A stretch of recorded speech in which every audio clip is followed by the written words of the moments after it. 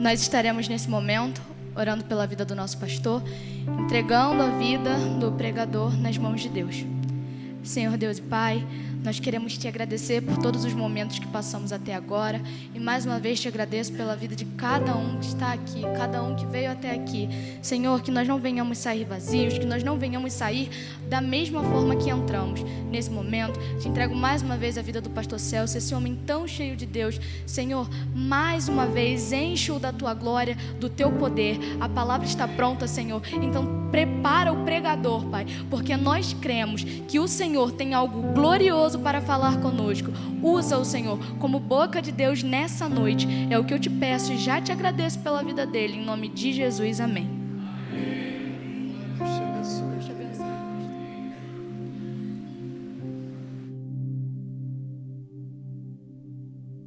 Irmãos, é uma festa muito bonita, não é? Coisa maravilhosa ver tantos adolescentes. Estou assim como um pai que vê o filho tendo uma conquista e a gente fica cheio de orgulho, né? É assim que eu estou me sentindo, viu? Por todos vocês. Segundo o livro de Crônicas, do capítulo de número 26, nós vamos ler os 15 primeiros versículos e eu quero pedir a sua atenção, porque uma palavra muito forte que eu quero trazer nessa noite, não só para os adolescentes, mas também para os jovens, para os adultos, aqueles que estão nos ouvindo em casa. Segundo o livro de Crônicas, do capítulo 26, é uma história extraordinária de um dos reis mais brilhantes de toda a Bíblia, não obstante ele ter terminado mal, mas eu quero que você preste bem atenção no que a gente vai ler aqui, segundo o livro de Crônicas, capítulo 26, verso 1 e seguintes, que dizem assim: Então todo o povo tomou a Uzias, que era da idade de 16 anos, e o fizeram rei em lugar de seu pai Amazias. Ele edificou a Elote e a restituiu a Judá, depois que Amazias descansou com seus pais. Era Uzias da idade de 16 anos quando começou a reinar, e 55 anos reinou em Jerusalém, e era o nome de sua mãe Jecolia de Jerusalém. Fez o que era reto aos olhos do Senhor, conforme tudo o que fizera Amazias, seu pai. Buscou a Deus nos dias de Zacarias, que o instruiu no temor de Deus. Enquanto buscou ao Senhor, Deus o fez prosperar. Saiu e guerreou contra os filisteus, e quebrou o muro de Gate, o muro de Jabne e o de Asdod. Edificou cidades perto de Asdod, entre os filisteus. Deus o ajudou contra os filisteus e contra os árabes que habitavam em Gur-Baal e contra os meunitas. Os amonitas pagaram tributos a Uzias, o seu renome se espalhou até a entrada do Egito, porque se tornou muito poderoso. Uzias edificou torres em Jerusalém, à porta da esquina, à porta do vale e ao ângulo do muro, e as fortificou. Também edificou torres no deserto e cavou muitos poços, porque tinha muito gado, tanto nos vales como nas campinas. Tinha lavradores e vinhateiros nos montes e nos campos férteis, pois era amigo da agricultura. Tinha Uzias um exército de homens destros nas armas, que saíam à guerra em tropas, segundo a lista feita pelo escrivão Jeiel, e Maaseias, oficial, sob a direção de Ananias, um dos príncipes do rei. O número total dos chefes de famílias, homens valentes, era de 2.600.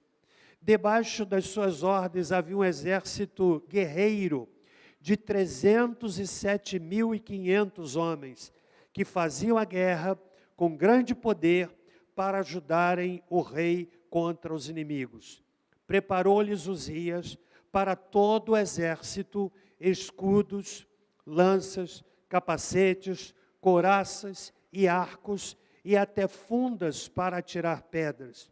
Fez em Jerusalém máquinas inventadas por peritos, para que fossem colocadas nas torres e nos cantos das muralhas, para atirarem flechas e grandes pedras. Voou a sua fama até muito longe, pois foi maravilhosamente ajudado até que se tornou poderoso.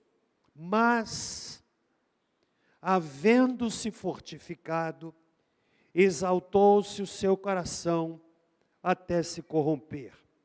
Foi infiel ao Senhor seu Deus e entrou no templo do Senhor para queimar incenso no altar do incenso. Capítulo 26 do segundo livro de Crônicas é um capítulo que mostra a ascensão e queda de um grande líder. Nós lemos a primeira parte, a ascensão de um rei que começou a governar na idade de vários de vocês aqui, com 16 anos. Uzias, que também é chamado Azarias, foi o 10º governante de Judá e um dos mais brilhantes governantes. Os 4 reis que antecederam Uzias foram brutalmente assassinados. E com 16 anos, Uzias recebe uma gigantesca responsabilidade. A responsabilidade de liderar uma nação. Com tão pouca idade, com o destino de uma nação sobre os seus ombros. Esse era o caso de Uzias. E o reinado nessas circunstâncias de um menino de 16 anos, era um reinado tutelado. Por isso que o texto faz referência à mãe de Uzias, chamada Jecolias, porque ele precisava de alguém que o tutelasse, precisava de alguém que o orientasse. E assim, ele então começa o seu reinado. Algumas figuras impressionantes da Bíblia, alguns profetas da Bíblia, surgiram nos 55 anos que Uzias reinou, tais como o profeta Oséias, Amós, Jonas e principalmente o grande e maior profeta do Antigo Testamento chamado Isaías. Na verdade, o chamado profético de Isaías acontece exatamente no ano em que morreu o rei Uzias. Isaías capítulo 6. Ele vai ao templo e tem uma visão magnífica da glória de Deus. O que Isaías viu no templo foi algo tão forte, foi tão poderoso, que a vida daquele jovem Isaías foi de tal forma impactada, fazendo dele certamente o maior profeta do Antigo Testamento, e o seu chamado acontece no ano em que morreu o rei Uzias. E eu quero nessa noite conversar um pouco sobre algumas escolhas que Uzias fez e que fizeram dele um grande rei, e ressaltar também uma escolha que nós não devemos fazer, que gerou e ocasionou o seu declínio e a sua queda. Como foi bem dito aqui pelo Cacá, nós aprendemos com os seus erros e devemos aprender com os erros dos outros. Nós aprendemos com os nossos próprios erros, mas é sábio e nos poupa quando nós aprendemos com os erros dos outros. Há pessoas que, não obstante essa regra simples, preferem arriscar, preferem não ouvir a voz da experiência de alguém que diz assim: eu passei por esse caminho, eu tomei essas decisões e elas me levaram para o abismo. E há pessoas que não atentam para isso e preferem então também repetir a mesma história. Portanto, eu quero falar nessa noite para esses adolescentes que aqui estão, numa fase dificílima. As tensões que vocês enfrentam são tensões gigantescas. Problemas na família, muitas vezes, problemas na escola. Você que se apresenta como menino crente, certamente objeto de zombaria, objeto de escárnio. Quando você chega lá na segunda-feira, na sua escola, e os seus amigos contando o que eles fizeram, onde eles foram, a balada que foram, os envolvimentos que tiveram, e você chega e diz assim: eu estive ontem num culto dos adolescentes. Talvez você não receba aplauso, mas escárnio, zombaria, não é verdade? Mas eu quero dizer para você que você pode ter uma postura vitoriosa. Uma postura vitoriosa. E eu quero dizer ainda que há muitos personagens da história, personagens que também assumiram responsabilidades com pouca idade. Por exemplo, Blaise Pascal escreveu uma grande obra com 16 anos. Faleceu com 37 anos. Alexandre o Grande, que conquistou, liderando a Grécia, um império magnífico. E ele fez isso com a idade de 23 anos. Isaac Newton tinha 24 anos quando formulou a teoria da lei da gravidade. João Calvino, com 21 anos, se uniu à Reforma, e com 27 anos, ele escreveu uma das mais profundas obras teológicas da história da humanidade, intitulada As Institutas da Religião Cristã. Ele tinha 27 anos, era um jovem. O que eu quero dizer é que você, adolescente jovem, pode fazer diferença. E vai depender das escolhas que você fizer. Por isso, nessa noite, eu quero falar sobre decisões que podem mudar uma vida para melhor. E eu espero que você atente para as decisões que Uzias tomou. Comigo até aqui? Estão prontos?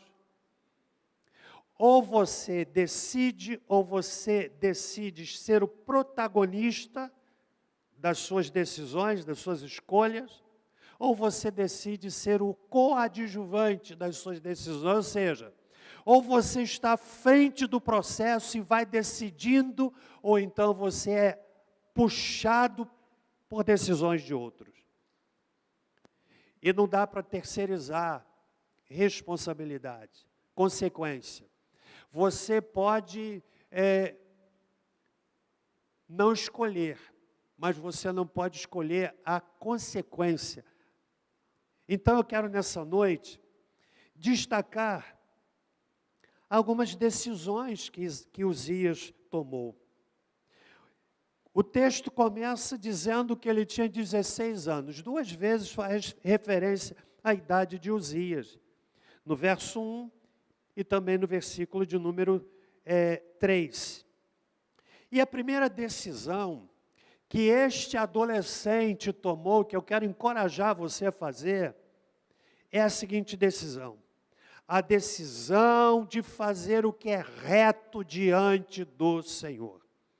Versículo 4. Fez o que era reto aos olhos do Senhor. Escolher andar na presença de Deus significa escolher quem você quer que lhe influencie. Você influencia ou você é influenciado? E você escolhe quem vai influenciar você. Compreende isso? Talvez muitos adolescentes e jovens e até adultos estão escolhendo uma influência danosa.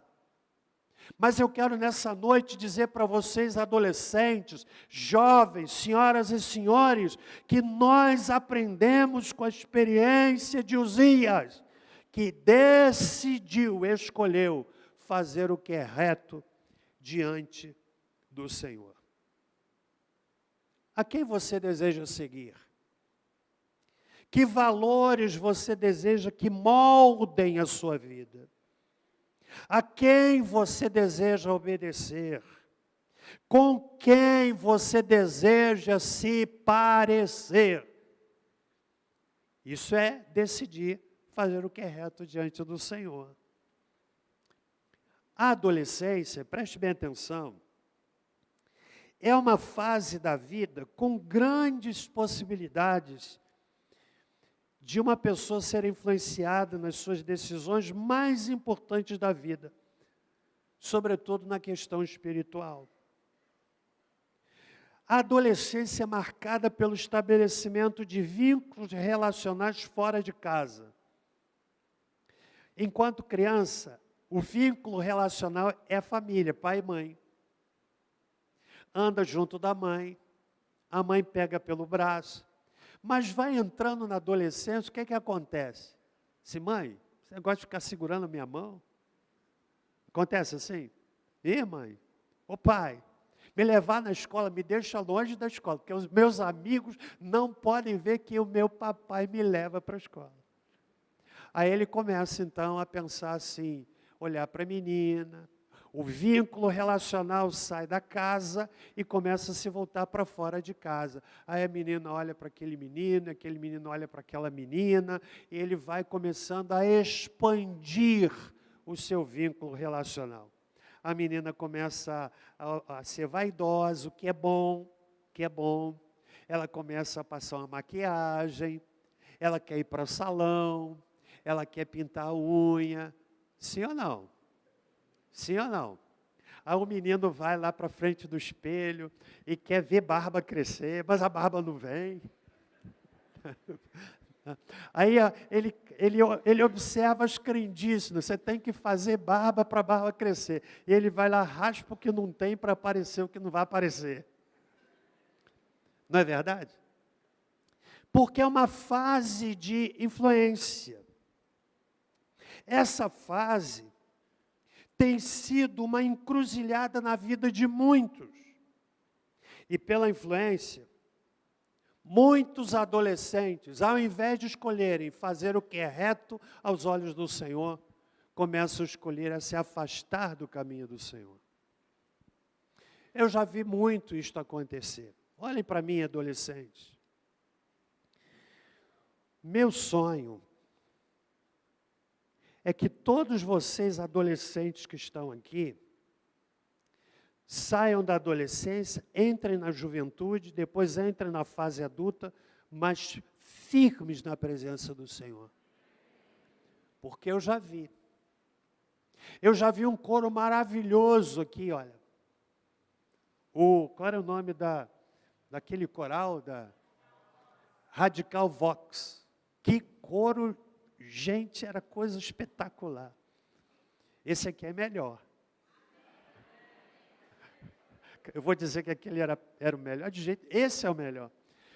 Mas eu me lembro, quantos adolescentes que eu vi aqui, e é triste porque hoje a gente anda na rua e vê aquele menino que um dia esteve cantando aqui. Aí a gente olha assim, meu Deus, o camarada ficou deformado. Eu me lembro especialmente de uma menina que cantava, ficava desse lado aqui, olha. E hoje eu olho na rua, vejo aquela menina e disse, meu Deus, que coisa! Como é que chegou a isso? Sabe por quê? Primeiro, porque não se converteu. E segundo, porque escolheu fazer o que não é reto aos olhos do Senhor. A minha oração é que você escolha fazer o que é reto aos olhos do Senhor. Nessa primeira fase da vida de Uzias, foi isso que ele fez. É na adolescência que os hábitos são moldados, seu linguajar é mudado, seu pensamento é mudado. Há hoje uma verdadeira guerra no sentido de moldar a mente das pessoas, de muitas formas. Por isso, eu quero, em primeiro lugar, encorajar você a tomar essa primeira decisão. Fazer o que é reto aos olhos de quem? Do Senhor. Foi a decisão que eu tomei quando eu tinha 17 anos. Não vem de família evangélica, muito pelo contrário. E com 17 anos eu tomei essa decisão. Eu decidi quem eu queria que me influenciasse. E posso lhe dizer que dá certo. Que dá certo. Então, a primeira coisa, você quer tomar decisões que vão mudar a sua vida para melhor, comece fazendo como Uzias fez. Fez o que era reto aos olhos do Senhor. Quantos anos ele tinha? Quantos anos?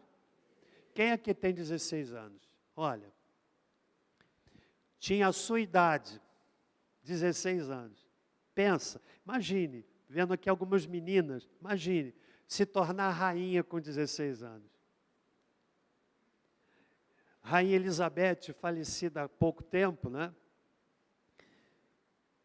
Mais de 70 anos na monarquia, começou muito nova.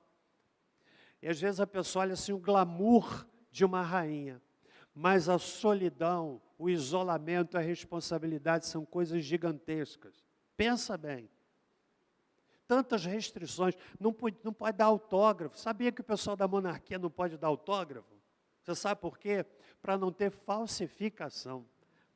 Aqui no Brasil até que poderia, porque não tem esse negócio de falsificação aqui. Pensa bem. Se for viajar, não pode comer frutos do mar. Eu não sabia disso. Você sabe por quê? Porque a monarquia não pode comer frutos do mar para não passar mal.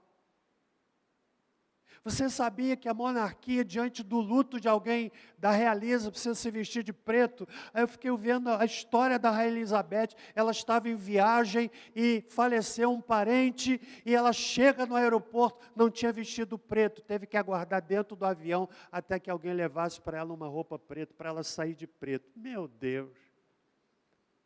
A gente não tem esse problema. A gente vai de calça jeans, vai de chinelo.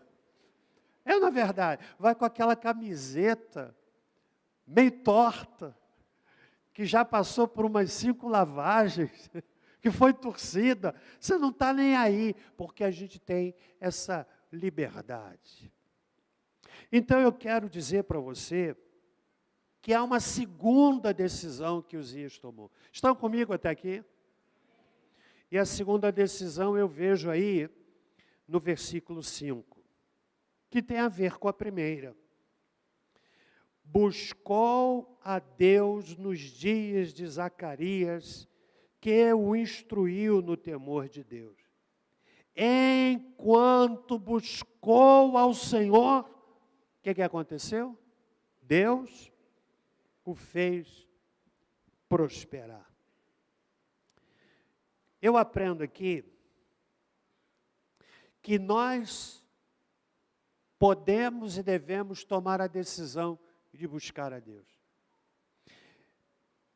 Eu acho que vocês estão fazendo aqui reunião de oração, não é isso? Não vem para orar aqui? Gente, que coisa linda. Que coisa linda. Vim buscar o Senhor. Eu me converti, deixa eu contar um pouquinho aqui da minha história que você já ouviu 1 milhão de vezes. Me converti com 17 anos. Sabe uma coisa que me marcou na minha adolescência, entrando na juventude? Foi exatamente quando eu ia para a igreja, e durante o culto, enquanto o meu pastor estava pregando, lá na salinha dos jovens, uma sala pequena, com bancos de madeira, bancos desconfortáveis, ripas de madeira, que eram os bancos ali da nossa sala, uma igreja muito pequena.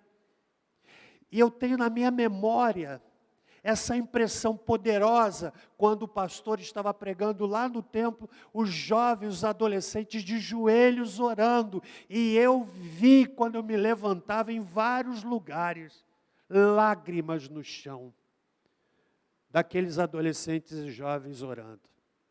Isso gerou uma memória tão forte na minha vida. Uma memória de que adolescente e jovem pode ser sério. Quantas vezes eu fui para o monte orar? Eu me lembro uma ocasião, juntamos mais 2 irmãos jovens, e a gente com uma vontade tremenda de orar. E um deles disse assim: lá em São João de Meriti tem uma montanha legal para orar. Naquela época dava para ir. E nós fomos. Um frio tremendo. Lá por volta de 1h da manhã, um sono. Aí a gente fazia o quê? Vamos correr. E os 3 malucos correndo na montanha e glorificando a Deus e vendo o dia amanhecer. E quando a gente descia da montanha, meu Deus do céu, a gente queria falar de Jesus para todo mundo. Chegavam no ponto do ônibus, o pessoal que estava indo para o trabalho: eu quero falar de Jesus. A pessoa assim, pensando que era assalto.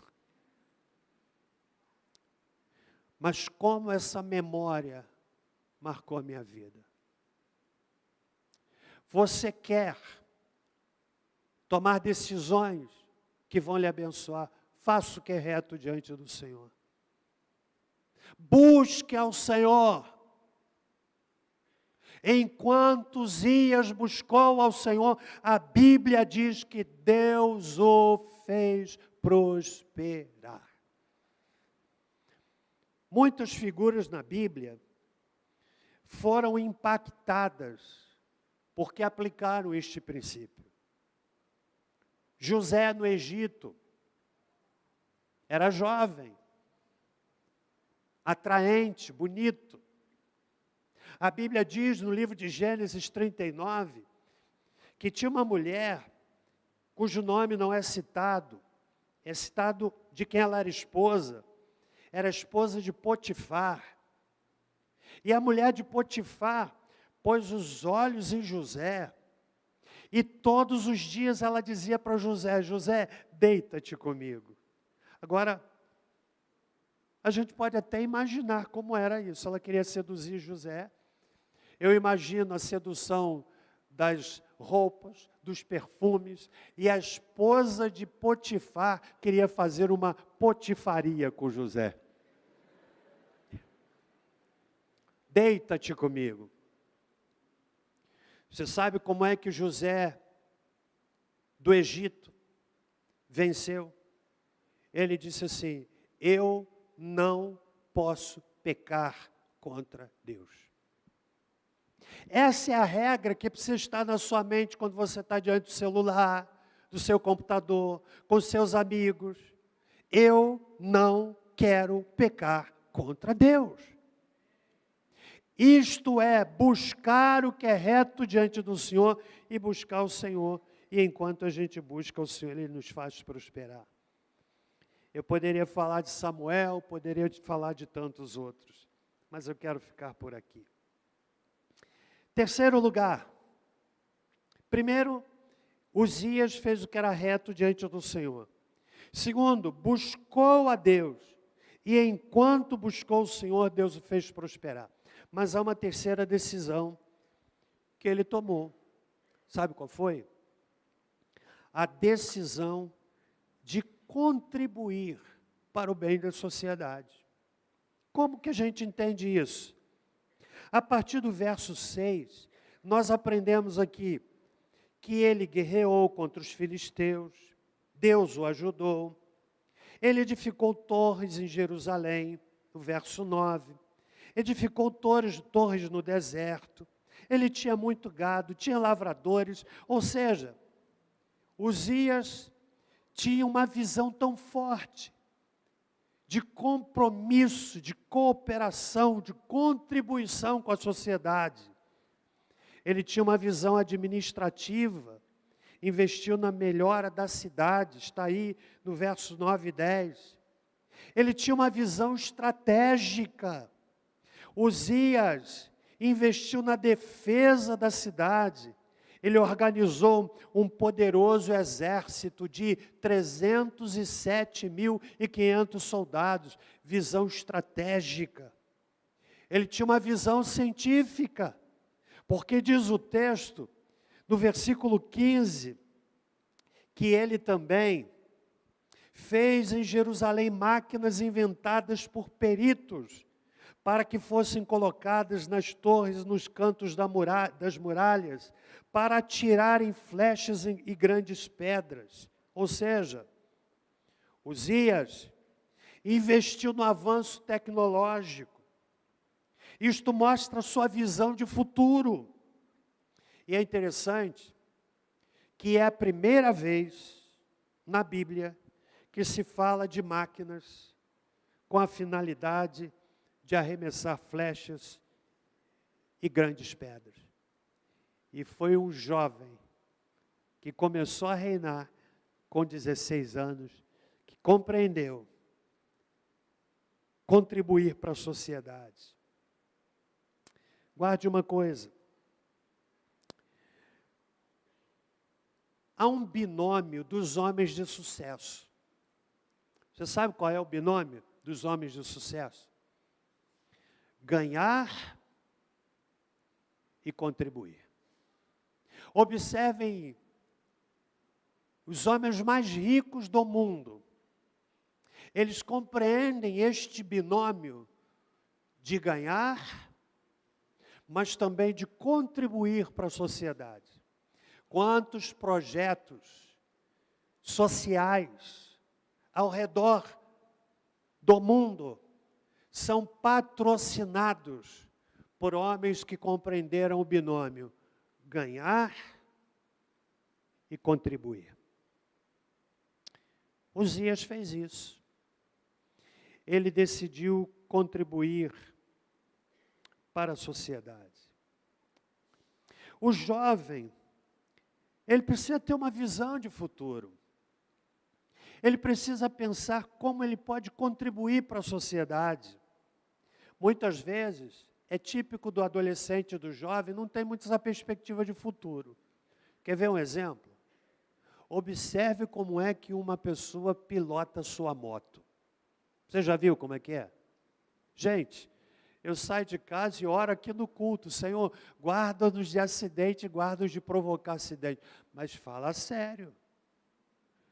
Às vezes eu estou saindo daqui, olho para um lado, olho para o outro, aí vou saindo, daqui a pouco passa alguém assim. A pessoa não tem noção. Ela não tem noção que se ela se desequilibrar, já era. Você sabe por quê? Porque não tem muita perspectiva. Ela pensa, o jovem adolescente pensa que ele é imbatível. Quando eu era jovem, eu corria muito. Uma ocasião, eu ia pregar lá em Niterói, no Fonseca. Era um sábado de manhã, eu tinha uma Brasília pentecostal, porque ela era dupla carburação, barulhenta toda a vida. E eu tive uma semana muito intensa. Eu tinha que estar lá no Fonseca às 9 horas da manhã. Daqui lá mais ou menos umas 2 horas. Mas eu tive uma semana tão corrida, naquela sexta-feira, nem lembro o que foi, eu sei que eu caí na cama esgotado. Eu pensei assim, vou acordar às 6 horas, faço a minha higiene, pego o carro e vou chegar lá no Fonseca, umas 8h30, para o retiro do qual eu ia falar. Mas o relógio travou. Aliás, ele tocou, mas eu travei. Quando eu acordei, eram 8 horas. Pensa no susto. 8 horas, eu tinha que estar lá às 9. Que loucura que eu fiz. Por favor, não façam o que eu fiz. Não façam o que eu fiz. Jovem, solteiro, eu me arrumei, me vesti, entrei no carro e fui a Brasília. Pensa numa Brasília de flash. Aquela Brasília se tornou uma Ferrari. E eu fui, e não tinha radar, e eu desci a serra, e fui, e pá. e cheguei lá 9h15. Que loucura. Quando eu cheguei 9h15, ninguém da igreja tinha chegado ainda.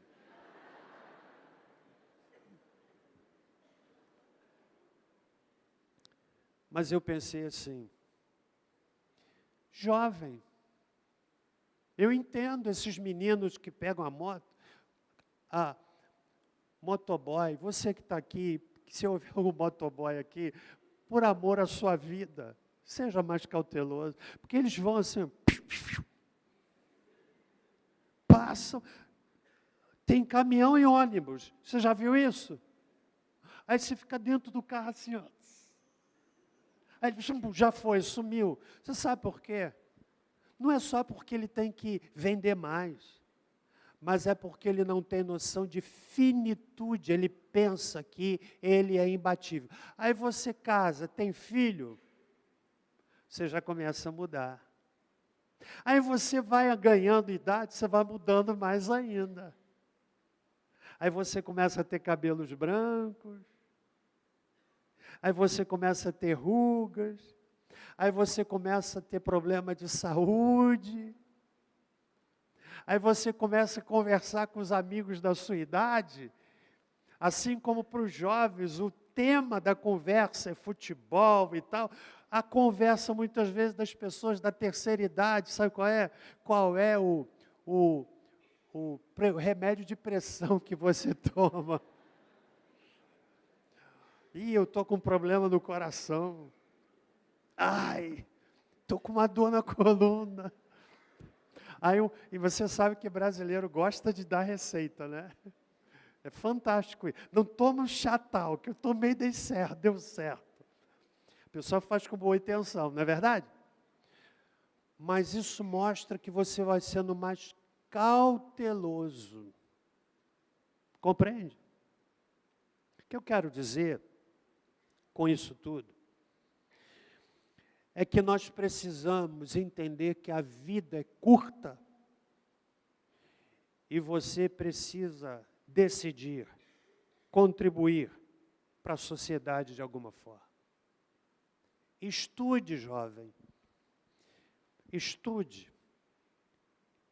Você pode não ter dinheiro, mas se você se dedicar ao estudo, com a bênção de Deus, você pode chegar a lugares inimagináveis. Compreende? Estude. Eu falo para a menina ali preciosa, doutora, desde pequenininha, eu quero ser médica. Eu encorajo, assim, está estudando? Estou, está chegando, eu vou impulsionando. E é tão bom, gente. Tempo desse atrás, eu já vi acontecer várias vezes aqui, uma jovem, não sei se está aqui, não lembro bem quem, mas eu acho que é aqui sim. Pastor, estou me formando. Senhor, que coisa maravilhosa. Ela disse assim, pastor, você me deu uma palavra de encorajamento e hoje eu estou me formando. Tenha sonhos. Tenha sonhos. Tenha projeto. Agora, preste bem atenção. Não é apenas ter sonho, você precisa investir para chegar lá. É como alguém disse, é fácil ganhar uma competição nas Olimpíadas. Você sabia disso? É fácil. Dizem que um dos concursos mais difíceis do Brasil é o concurso para juiz federal. Mas eu quero dizer para você que é fácil chegar lá. É fácil passar. O difícil é se preparar para chegar lá. Aí que é a questão. Ninguém vai chegar lá se não percebe o seguinte, eu tenho que dedicar, eu tenho que estudar, eu tenho que me preparar, Então decida contribuir com a sociedade. Amém, gente? Você está entendendo o que eu estou falando aqui? Sim ou não? E a última decisão que você precisa tomar, que vai mudar a sua vida. Na verdade, essa última decisão é a decisão de não fazer o que Uzias fez. O que é que ele fez? Está aí no versículo de número 16. havendo se fortificado, exaltou-se o seu coração até se corromper. Começou bem, mas terminou mal. Porque deixou seu coração se corromper. Tomou uma decisão vital e isso estragou a sua vida. Deixou seu coração se corromper. Muitas vezes, a pessoa famosa e poderosa pensa que pode tudo. Pode tudo. A gente tem visto isso no nosso país. Pode tudo. A pessoa pode ter dinheiro para comprar o remédio, mas não pode comprar cura. Pode ter dinheiro para construir uma belíssima mansão, mas isso não constrói lar. Não constrói lar. Nós somos frágeis. E Uzias se esqueceu disso. Tomou a decisão, permitiu que o seu coração se corrompesse. Eu quero concluir dizendo o seguinte: você tem decidido para o progresso ou para a derrota? Há pessoas que terceirizam, não é o diabo, não é fulano de tal. Querem terceirizar o que é de sua responsabilidade. E eu quero finalizar citando algumas decisões que um grande servo de Deus do passado tomou na sua juventude. O nome dele é Jonathan Edwards. Foi um pastor congregacional, viveu no século XVIII e é considerado pelos historiadores um dos maiores teólogos e pensadores da história dos Estados Unidos. Foi ele quem pregou aquele sermão intitulado Pecadores nas mãos de um Deus irado. A sua influência na literatura inglesa nos Estados Unidos é inimaginável. Jonathan Edwards, ele tomou 5 decisões quando jovem e viveu observando cada uma delas. Eu quero citar essas decisões. Primeiro, ele decidiu viver intensamente. Segundo, decidiu nunca perder um momento, mas aproveitá-lo da maneira mais útil que lhe fosse possível. Terceiro, ele decidiu nunca fazer algo desprezível, nem ter pensamentos depreciativos sobre qualquer pessoa. Quarto lugar, ele decidiu nunca fazer qualquer coisa motivado pela vingança. E por fim, ele decidiu nunca fazer algo que temeria fazer se fosse a última hora da sua vida. 5 decisões que você e eu podemos fazer. Eu quero nessa noite lhe encorajar a decidir, a escolher para a glória de Deus. Curve a sua cabeça, por favor.